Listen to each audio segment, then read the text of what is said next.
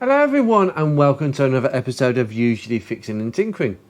And this time, in this episode, I'm going to concentrate on a theme and a topic that has actually been concurrent on this channel since the very first episode, but actually at the time quite unintentional really, and that is automatics. Quite a while ago I made the decision to go the way of automatics, which is a complete niche, but that's the beauty of YouTube. It is an environment that you can explore your niche, and Focus Mark 1s are another thing, and my rover content is another thing.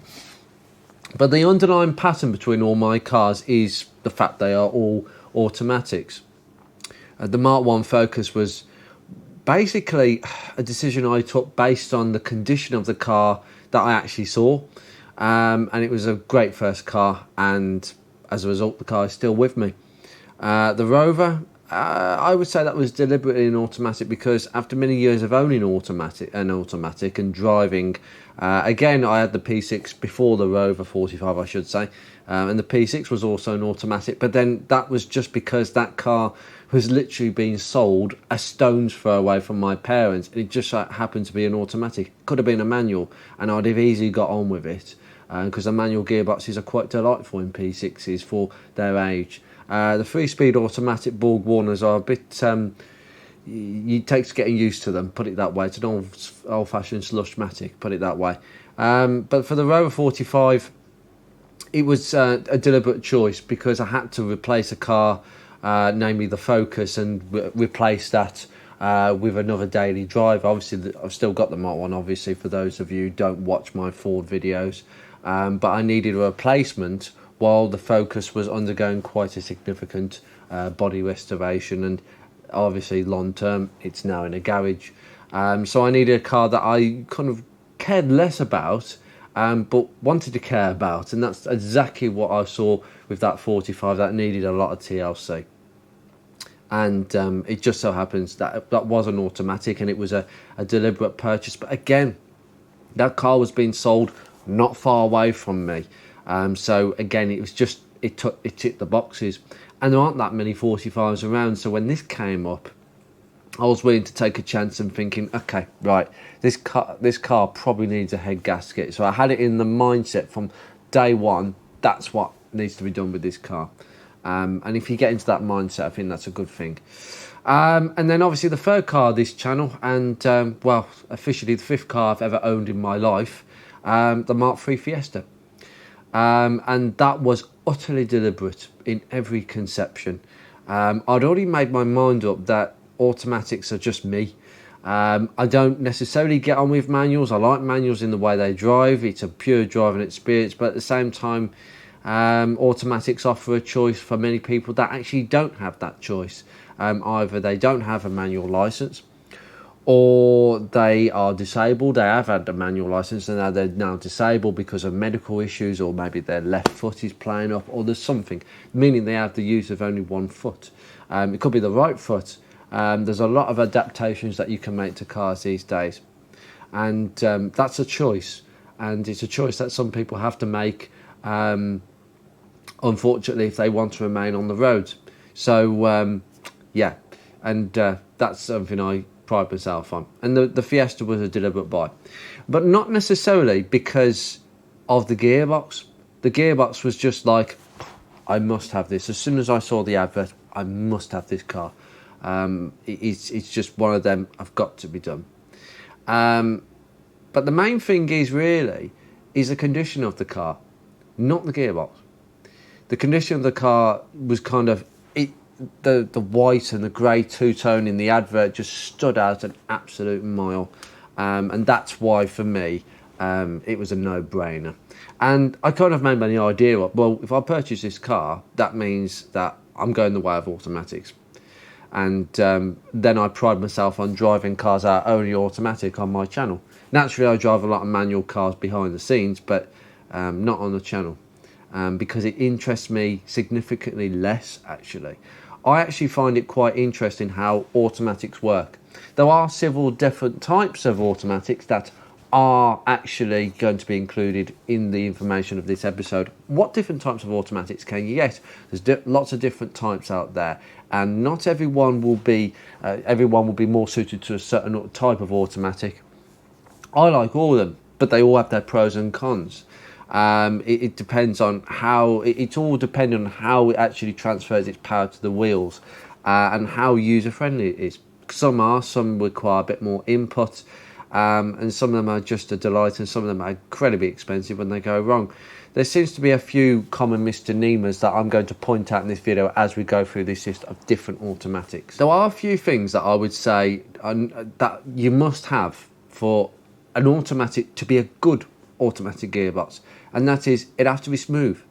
It cannot be jerky. It has to be smooth under pretty much every condition, and that's why sometimes I think the CVT in Beatrix, which I'm going to explain in a second, isn't the most amazing gearbox, but it's a good gearbox in every other department.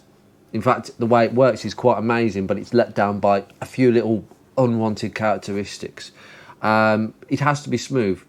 It has to be relatively reliable.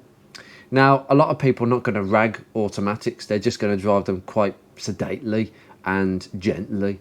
And that's why a lot of classic cars and older modern classics are actually well represented with the automatic variants if an automatic gearbox was offered as an optional extra. There are many cars of which cannot be driven by someone who can't drive manuals, because essentially not every classic car had an option of an automatic.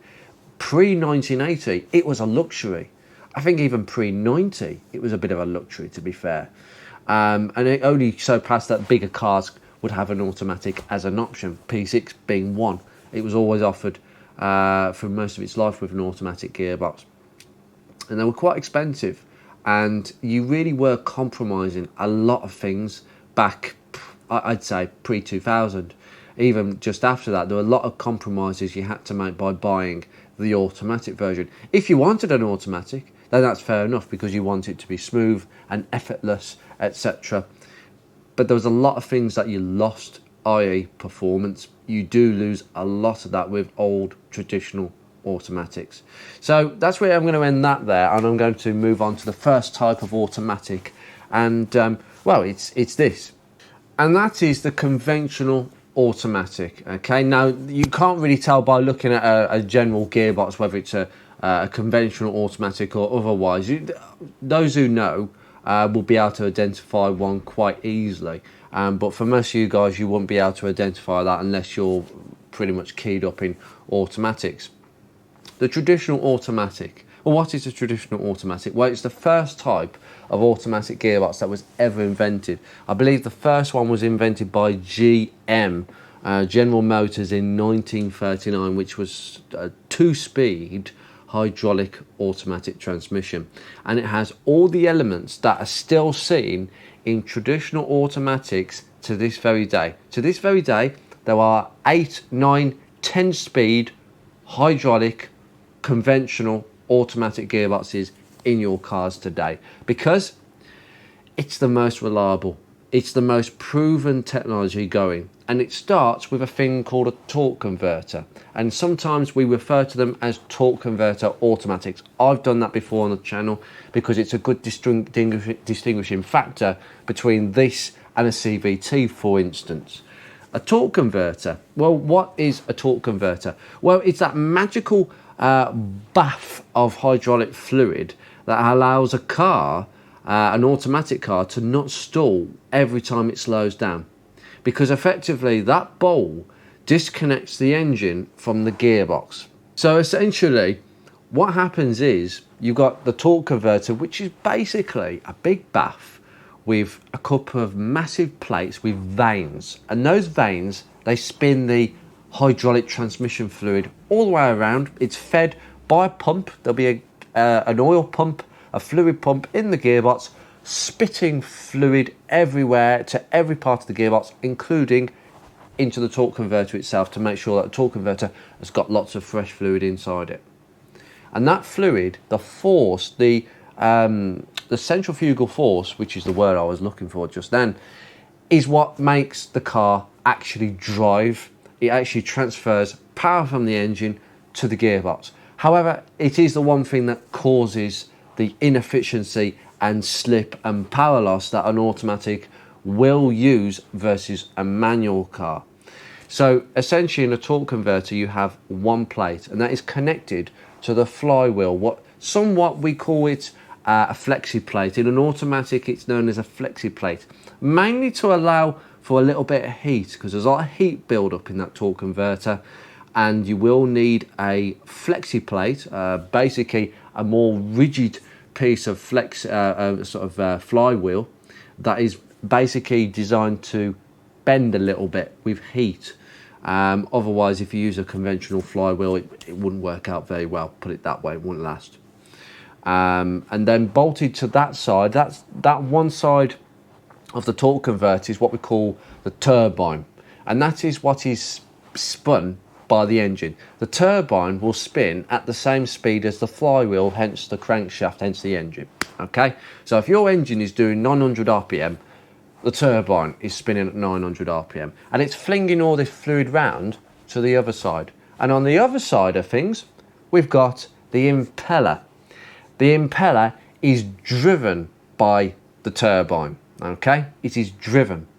Now there is a little thing in between the two of them which is called a stator, which basically multiplies the torque of the actual fluid. It actually multiplies the fluid even more. There is a thing called a hydraulic coupling, and this is getting a bit too technical for some people, no, but there's a thing called a hydraulic coupling. That's a torque converter, but in a more basic form. It is basically turbine, impeller, spinning round. Turbine makes the impeller spin round just as fast, takes a good few seconds, and then that drives the gearbox. I'll go into that in a second, but that's basically a hydraulic coupling. A lot of classic buses and trucks, they had the same sort of hydraulic coupling. They are used in semi-automatic buses, I believe, from sort of pre-1980s. So if any of you, remember your days as a kid, I'm talking pre-80s, so I'm talking to my older audience here.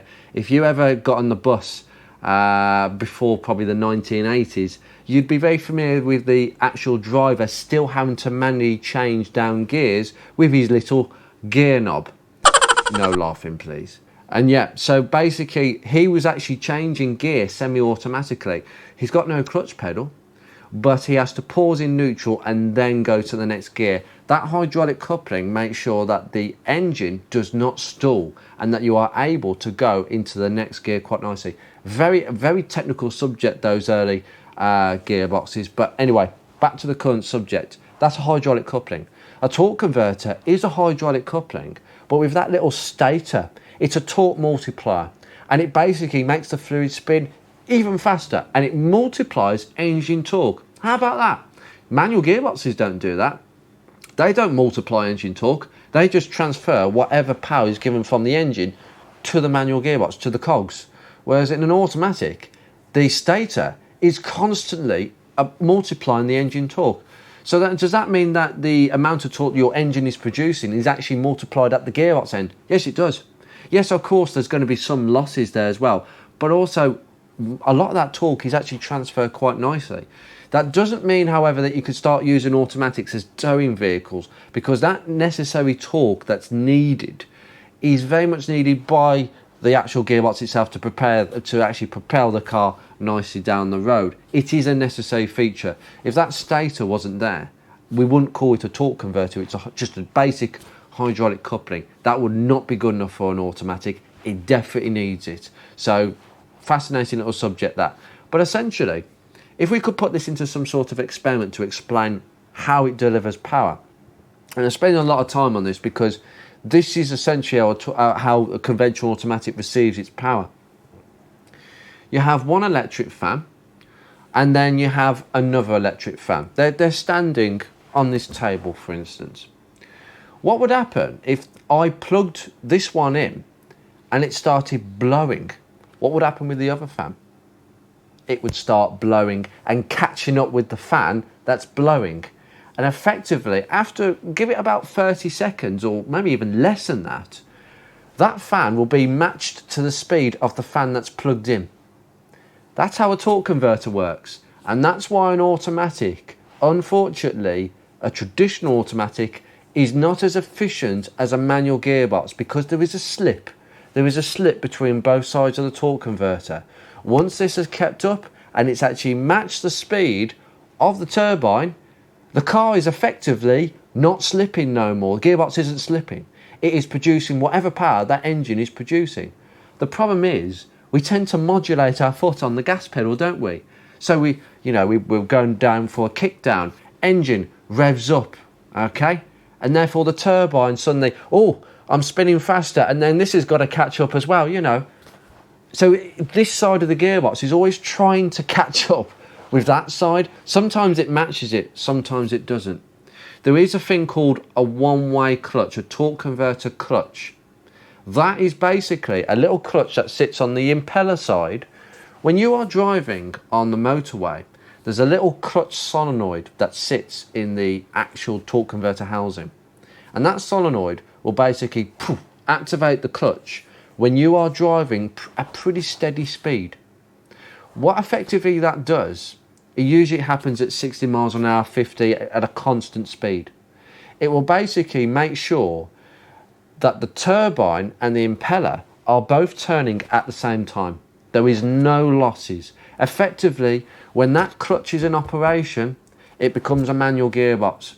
It is efficient as a manual. It's a straightforward, no loss driving experience. As soon as you slow down though, and then the revs start changing, the gearbox computer will think, oh, I need to take that clutch solenoid off. And then we go back to the slushmatic slipping experience. Now you won't feel that happen. You'll never think, oh, I've never driven my car and thought, good grief, my clutch solenoid is engaged fully. You never feel it. It's very, very subtle. But it's something that only sort of post-90 automatics have, where automatic gearboxes became a little bit more electronic. Now that's the torque converter. That's how a traditional automatic gains its power. What about the rest of the gearbox? Well, the rest of the gearbox is full of hydraulic pathways, and it's honestly, it's mind-boggling. You only have to look at one, and I'm sure most of you have looked at my Ford Focus Mark 1 with the Ford F27E, which is again a 4-speed traditional automatic, torque converter, you name it, one-way clutch, etc. It's full of valleys. If you want to look at some of those videos, please watch them. They're up there, and they were fascinating videos to do. I enjoyed the experience. It all went back together, and the gearbox works just as good as it did before. I just wanted to make sure that what I was dealing with was a good valve block, which is essentially what it is. You have all your clutch packs, you have your planetary gear sets. If you don't know what a planetary gear set is, it's basically a set of gears. You've got a sun gear, you've got planet gears, and then you've got some other gears on the outside, and it's turned and twisted by various different clutches, pistons, and hydraulic pressure. That is a complete, honestly, it's really complicated. I don't know how long this episode is going to be, but it will be extremely complicated for me to explain. But essentially, there are the valve block under certain operating conditions. So you have a bit of hydraulic pressure that comes through into this little valve. Then the little solenoid, if it's a post-90s automatic. If it's pre, it's just fully automatic. It's old-fashioned servos and all that, all moving parts. In this, solenoids control where the fluid goes and to what moment. It will tell, this little solenoid will go, I'm going to let you pass. You go to that piston pushes against that planetary gear set, and then we get first gear for a start.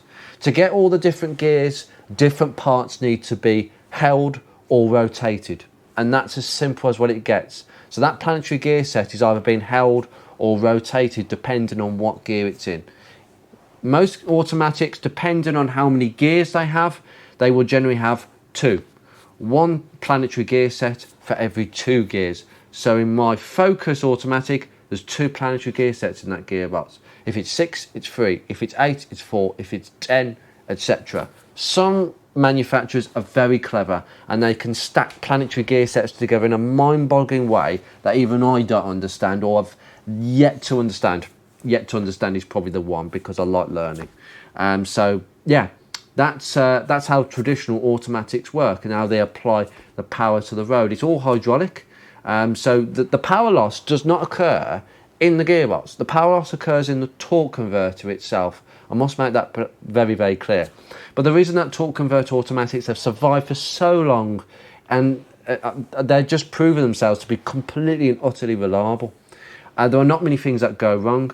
You have clutch linings that can wear out, so you get slipping. So let's say from second to third, you'll get a bit of a flare and then it will go into third. Sometimes they don't, sometimes they do. Most problems with torque converter automatics, if you don't get reverse gear, that's a problem. It means there's a hydraulic pressure problem. Usually it's down to lack of fluid, bad fluid, low fluid, fluid leaking out the pan or somewhere else, maybe a drive shaft seal on the side of the gearbox. That's usually the reason why automatics generally aren't doing what they're supposed to do. But sometimes the odd solenoid can pop. In that case, you'll get a code. You'll know which one to change. Just take the pan off, and most gearboxes are generally the same. The solenoids will just be sitting there right beside the filter. Take the filter off, all the solenoids are there. It's as simple as that. It's quite an easy exercise, although most garages still won't touch them. But anyway, they are extremely reliable. There's very little to go wrong. Again, just change the fluid. That's the main thing. Anyway, next one. Obviously, the next gearbox I'm going to have to talk about is the CVT. Yes, of course. That amazing gearbox that I bought deliberately in Beatrix. Took a gamble because I didn't know much about the CVT. I only ever read what people said on the forums. Oh, this is junk. This is absolutely rubbish. They used to obliterate. Yes, some of them did. Some of them were very poorly manufactured in the first place, especially in particular the Rover cars. I believe that ZF bought them from the shelf of Van Dorn transmissions, and I don't think they did a very good job. Also, sometimes owners just didn't change the fluid, and therefore the gearboxes eventually blew themselves up. I would imagine that Project Milo, people who've watched those episodes will probably imagine, yeah, that car probably needed a fluid change years ago, but didn't get it, so it blew up. Well, it didn't blow up, but it slowly died a very painful death. But basically, the thing with CVT, it's completely different. It's got nothing to do with a torque converter automatic. It's got no torque converter. It does have a valve block. It doesn't really have clutches in it, really. It has a one-way clutch to engage reverse. Really, that's it.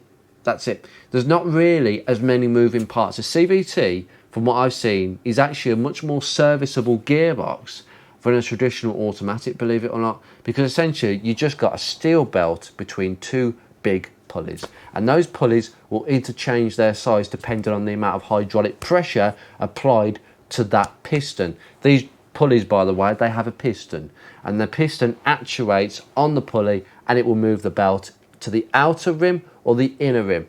Go and have a look at some videos if you want to see them in action, because it's utterly clever, and the person who designed that, such a clever man, such a clever man. And that originated in, DAF, Dutch, in the Netherlands. There you go. A very, very clever Dutch engineer came up with that idea. If you don't know about the history of CVTs, go and look that video up. It's on my channel. It was about a year ago. Brilliant video. If you want to know about that. The CVTs use a belt between two pulleys inside the actual gearbox. There's no torque converter. It is a straightforward drive plate that drives the gearbox from the flywheel, so a straight connection. So the engine and the gearbox have got a direct connection. The slippage that can occur in a CVT only occurs mainly around the belt area. There is a bit of slippage that's built into these things. Now, the difference performance-wise, a torque converter automatic will be far behind its manual brother. However, a CVT will be much more closer. CVTs are quicker, they're smoother, they're seamless because they have no physical gear ratios. There's no gear ratios in them. They literally just change, the belt changes its angle, it changes its positioning as you're driving down the road depending on the load and the hydraulic pressure placed on the pistons. It's a real simple gearbox. Just a belt, two pistons, a valve block which is supplying pressure from the oil pump. We've got an oil pump driven by the engine. So engine, drive plate, shaft going to the back of the gearbox, oil pump at the back, spinning fluid to the valve block, and the valve block's like, okay, we'll send the fluid to that piston because we're getting enough hydraulic pressure to move forwards. It will send it straight to that piston. Piston moves, the belt moves, the car moves. It's as simple as that. It's a real brilliant design. There's nothing much that can go wrong with them effectively. However, many of them have been plagued by bad manufacturing faults. I would say one thing about the CVT is that it is more prone to wearing than any other gearbox. And I think there is a good argument to say that CVTs, especially older CVTs, they would probably need a rebuild every, I'd say, even if you were very, very lucky and you looked after the gearbox, probably 125 to 150,000 miles, potentially. They could go on for longer than that with fresh fluid. If you change it every couple of years, not a problem. If you don't, you're risking it a lot. And they do wear a lot, and there will be more of a metally substance on the magnet whenever you change the fluid, and you're looking at the panel, you've got the magnet. It's like a hedgehog, and you will notice this. But effectively, a CVT started out in the 1950s in a lot of Dutch cars, DAF cars, and then it was made into a front-wheel drive platform, which ended up basically in Fiats and Fords, which was the CTX on the Ford side of things. On the Fiat, I'm not sure what it was called, but it's supposed to be badged as a Fiat electronic gearbox. I don't know how it was electronic it is. It's a mechanical gearbox. But the Ford CTX was the first gearbox of its type to be a front-wheel drive CVT. Before, with the DAF cars, it was at the back, but still all complicated. But the actual steel belt system was invented for that gearbox, and that gearbox was only strengthened for the Rover cars that ZF used. And ZF only used a few electronic gubbins just to make sure everything was controlled minutely. So instead of a kick-down cable, there was a stepper motor added later on, which was controlled by its own little computer. Again, electronic computers coming into CVTs to make them more efficient. These days, there's a lot of companies, Nissan, Toyota, there's all sorts of companies that still believe in the CVT. The CVT kind of died a death in the 90s and then kind of came back about 10, 15 years ago. And now it's a resurgence because people are now after a seamless driving experience. And I would say the only criticism of the CTX and the gearbox in Beatrix, the VT1 as it's called, is it can be a bit jerky at low speeds. I'm not sure why. But that is unfortunately a characteristic of that gearbox, unwanted as such. But modern CVTs are so seamless in the way they do things. Some of them don't use steel belts. They use a chain.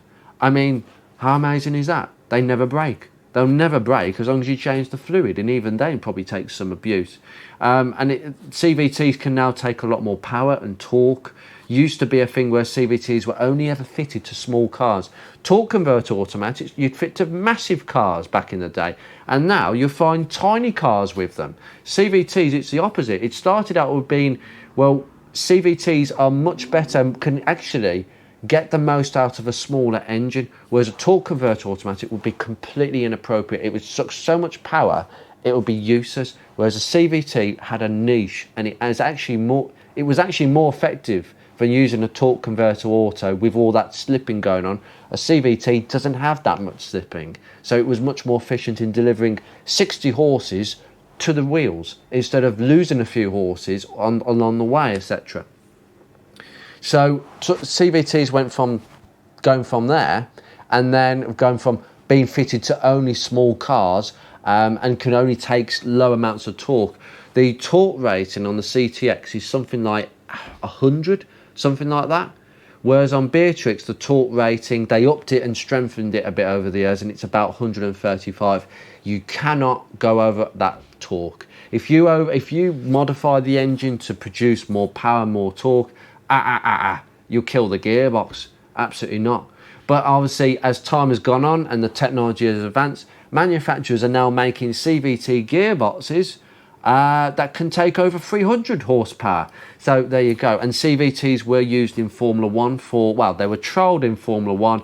Long story there. You have to go and watch the history video for that. But CVTs can take a lot of punch. And it could have been the gearbox of the future.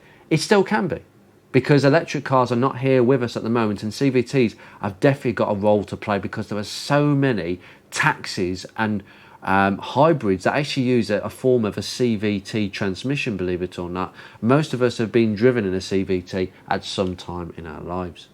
And then we come on to a gearbox that throws the traditional automatic that's just slipping everywhere, and the CVT, which is, at the time of the sort of mid-noughties, it was out of favour. They wear out, they break down, it's not reliable. It's a good theory, but they don't work in practice. Nobody had given it a real go.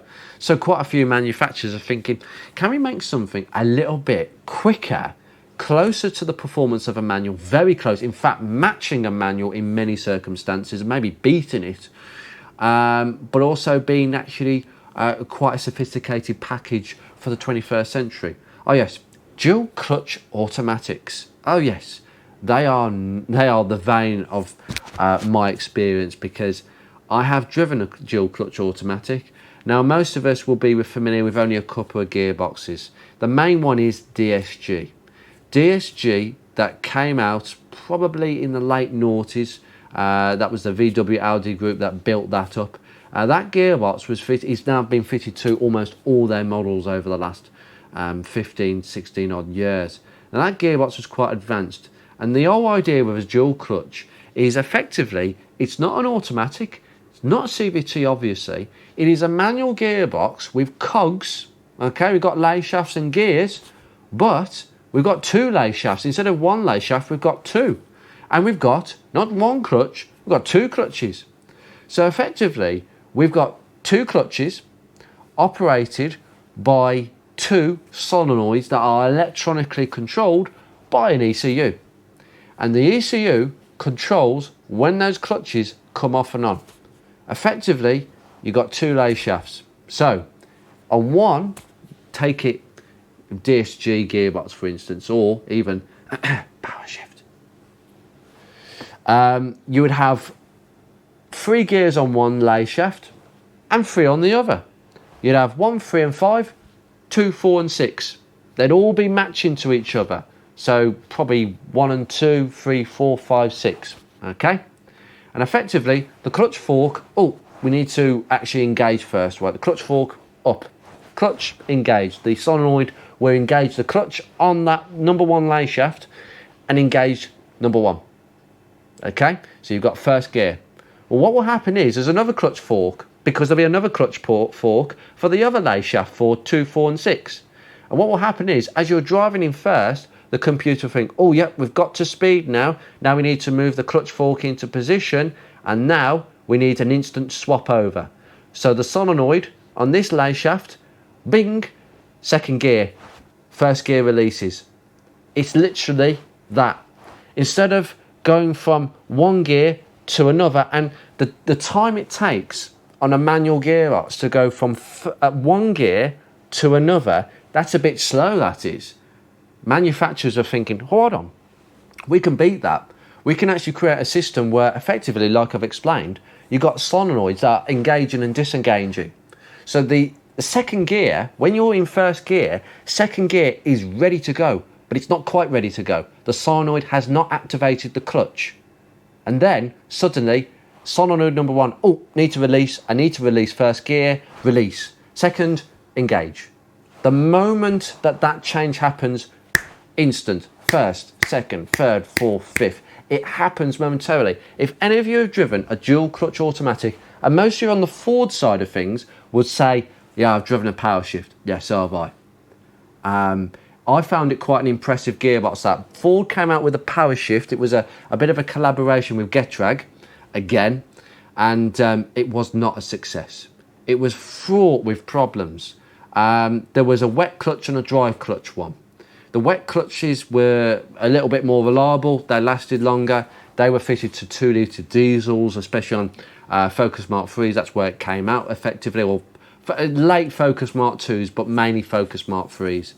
And then it got rolled out through the Fiesta Mark 7 and then quite a few of their cars. In fact, almost every car in their lineup had the option of a powershift 6-speeder.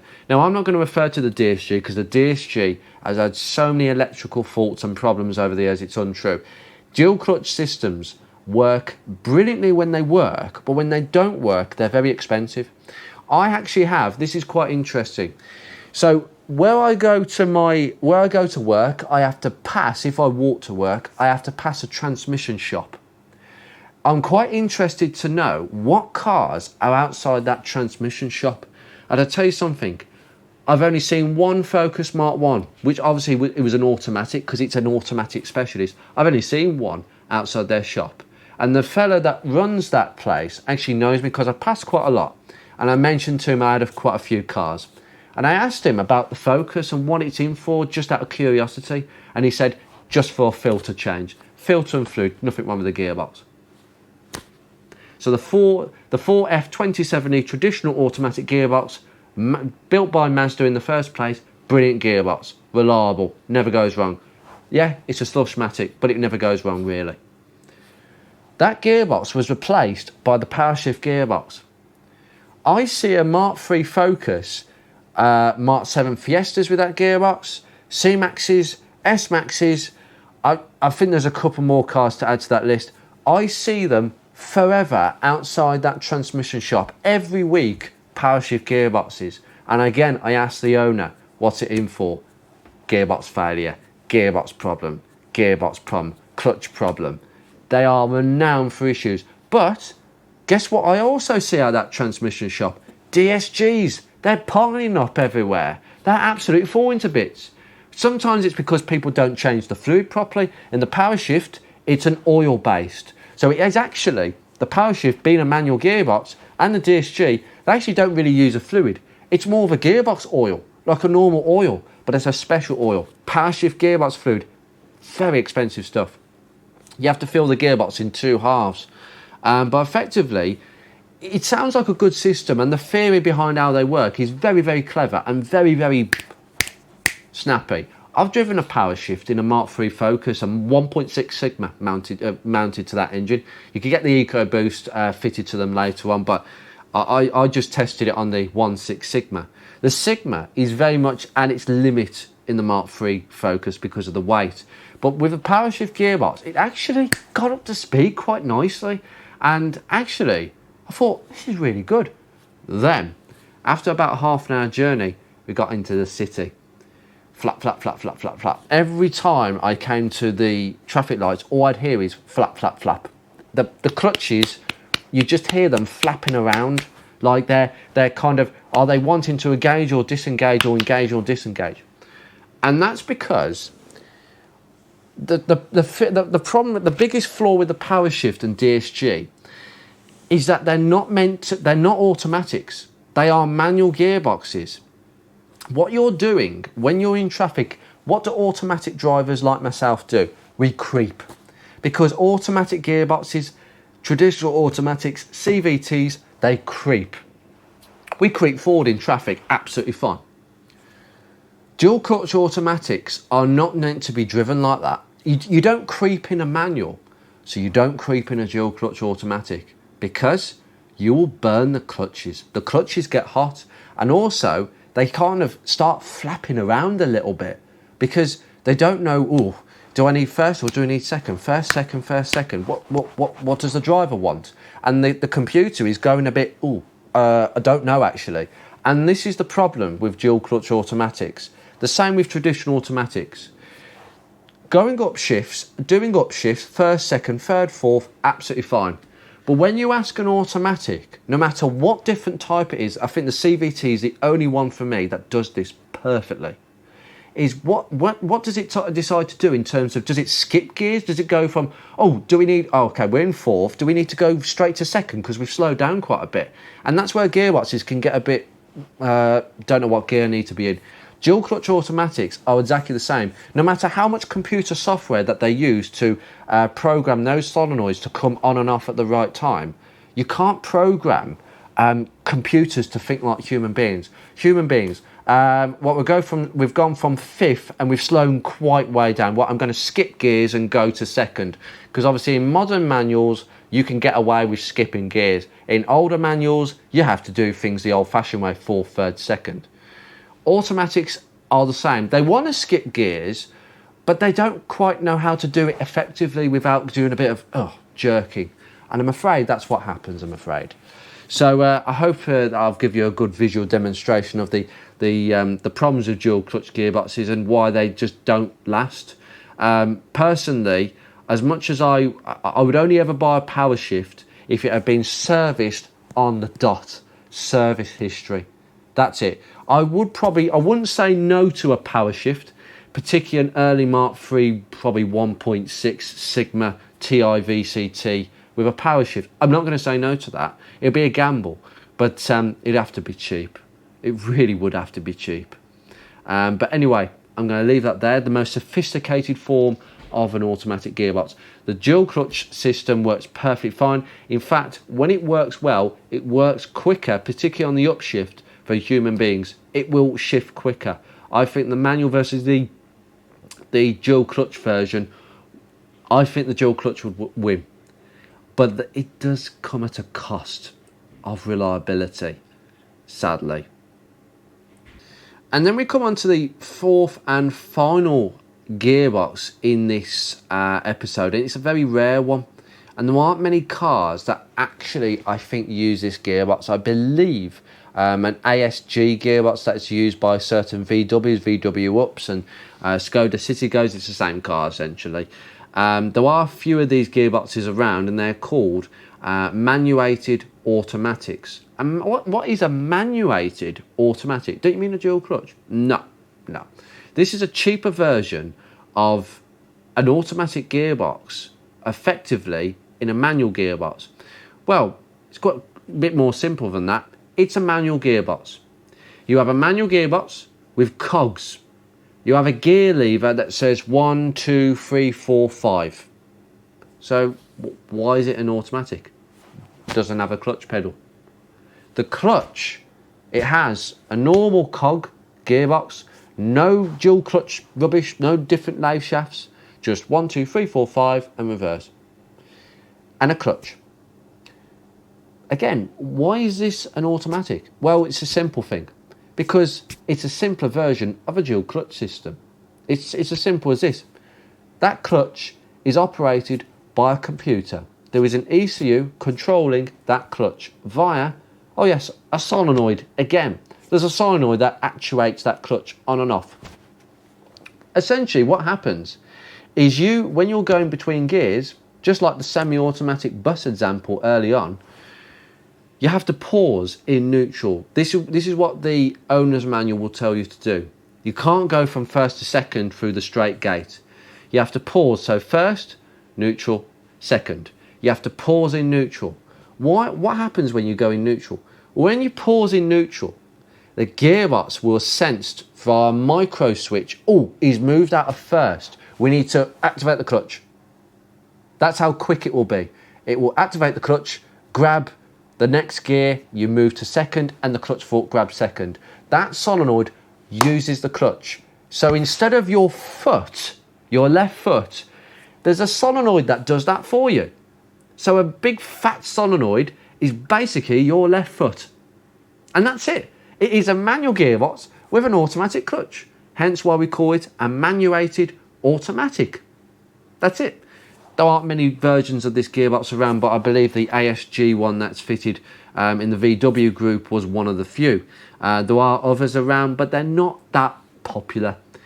Performance tends to be a bit slow, and to be honest, you might as well just have a traditional automatic, because if you're not going to have a clutch pedal, well, if you want the semi-automatic experience, and it is a semi-automatic technically, then fine.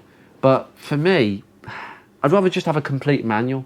It's a bit of a not here or there gearbox. I just prefer the full, fat, lazy, traditional automatic or manual gearbox. Simple as that. So, effectively, 80% of automatics are traditional torque converter automatics, slushmatics, slipping all over the place, very reliable, barely anything to go wrong, just change the fluid and they will do the job and they will be smooth for you and they are delightful to drive. Just expect higher MPG and obviously some inefficiencies. It's not going to be as good as quick as a manual gearbox. I can't stand it when people actually do compare to a manual gearbox with this type of gearbox, because it just isn't applicable.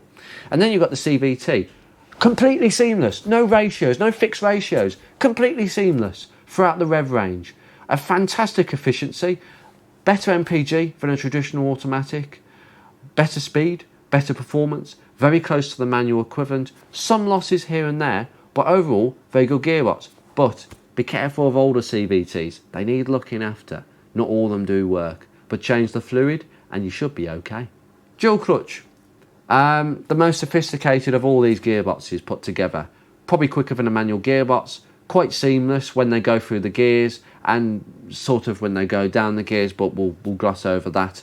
But they do need high maintenance. They need to be looked after. They need to have their fluid changed, their oil changed correctly. And also they are quite expensive when they do go wrong. And unfortunately, they have been known through manufacturing faults, design faults, not to go completely right over a long period of time. It's a shame because as a design, it's brilliant and it's the best of all these designs, but reliability is not there at the end of the day. And unfortunately, the power shift has gone the way of the wind. Maybe the DSG will go the way of wind soon. Shame. The manuated automatic, a very rare gearbox. Not many people have actually owned a manuated automatic, and I think that will just kind of die the way of the wind because it's neither a sort of traditional lazy automatic nor an efficient CVT nor a highly efficient dual clutch automatic. It's neither any of them, to be honest. You might as well just have a manual gearbox. It's horses for courses, really, with this selection of automatics, but they're all great gearboxes. And if you look after them, I think you'll be very surprised that they actually continually last for you, and they provide very minimal amounts of issues, even in old age. So I'm going to leave this episode here. I hope you've enjoyed this episode. I hope you've not got bored too much. And I hope I've explained the basics of how all these gearboxes work and basically what distinguishes them and their pros and cons, because that's basically what it is. But for me, really, I would possibly touch a dual clutch. I've never owned a manuated automatic. Don't think I ever will because they're very rare. And yeah, we'll see. The traditional automatic man, the CVT man, may become a dual clutch. Power shift man weight maybe, but it has to be very well looked after. Anyway, I shall see you in another episode. You take care, guys. See you very soon.